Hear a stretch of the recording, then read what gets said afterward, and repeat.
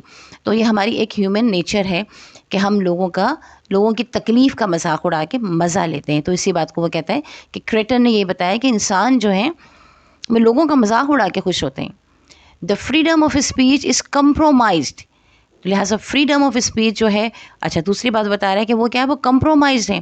آزادی اظہار رائے جو ہے وہ کمپرومائز ہے. As Spalding was not allowed to broadcast without the instructions of General Spalding. کیونکہ اسپیلڈنگ جو ہے اس کو بالکل بھی اجازت نہیں تھی کہ وہ بیان کرے، وہ بتائے کوئی بھی بات جنرل پاور کی انسٹرکشنز، ان کی ہدایت کے بغیر. تو فریڈم آف اسپیچ یعنی ہم اتنا ہی بول سکتے ہیں جتنا کہ ہمیں اجازت دی جائے، اس سے زیادہ نہیں بولا جا سکتا. جس طرح کہ ہائر اتھارٹی اجازت دے گی اتنی ہی بات کی جائے گی. Human actions contradict human moral. انسانوں کا کہ جو حرکات و سکنات ہیں یا جو وہ کام کرتے ہیں، جو ان کا عمل ہے، وہ ان کے مورل، ان کے خیالات سے، ان کے اخلاقیات سے بالکل الگ ہوتا ہے. This plays an important role in the society. اور یہ ہماری سوسائٹی میں ایک اہم کردار ادا کرتا ہے. یعنی ہم جو کہتے ہیں وہ کرتے نہیں ہیں، اور جو کرتے ہیں وہ کہتے نہیں ہیں. اور اسی بات کو جو وائڈل ہے اس نے اپنے play visit to a small planet میں بیان کیا ہے. میں اس پورے آنسر کو ایک مرتبہ آپ کے لیے دوبارہ سے پڑھ دیتی ہوں تاکہ آپ کو یاد کرنے میں آسانی ہو. Satire is a work of art that uses ridicule, humor, irony, and exaggeration to expose and criticize people's stupidity or vices.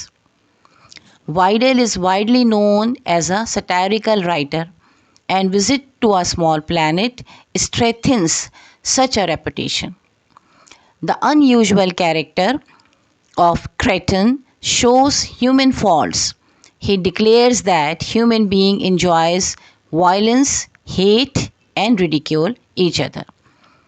The freedom of speech is compromised as Spalding was not allowed to broadcast without the instructions of journal powers. Human actions contradict human moral. This plays an important role in the society. سوال number 18، question 18 ہے، یعنی 18واں سوال ہے. How does the playwright expose the inferiority of the present race to that of the future. کس طرح پلے right نے، لکھنے والے نے ایکسپوز کر دیا ہے، پردہ چاک کیا ہے، واضح کیا ہے انفیریورٹی، ہماری کمی کو، پریزنٹ ریس کی، موجودہ جو نسل ہے اس کی کمی کو آنے والی، مستقبل میں آنے والی نسل کے مقابلے میں. جواب ہے Kreton represents the future race. Kreton represent کرتا ہے، نمائندگی کرتا ہے مستقبل کی نسل کی. He exposes the weaknesses of the present race by calling it in its primitive age. وہ واضح کرتا ہے، نمایاں کرتا ہے ویکنیسز، کمزوریوں کو، پریزنٹ ریس، موجودہ نسل کی، بائی کالنگ اٹ، یہ کہتے ہوئے کہ وہ اس کو کہتا ہے کہ یہ پریمیٹیو اسٹیج ہے، یعنی ابتدائی اسٹیج پر یہ موجود ہے، ابتدائی دور ہے، یہ انسانوں کا ابتدائی دور ہے. ابھی انہوں نے ترقی نہیں کی ہے، ابھی وہ آگے بڑھیں گے پھر ترقی کریں گے. The future race can control the mind and emotions of the people. جو مستقبل میں جو قوم ہوگی، جو نسل ہوگی، وہ انسانوں کے دماغ کو اور ان کے جذبات کو کنٹرول کر سکے گی. However, In the present age, human actions are controlled by their minds and emotion.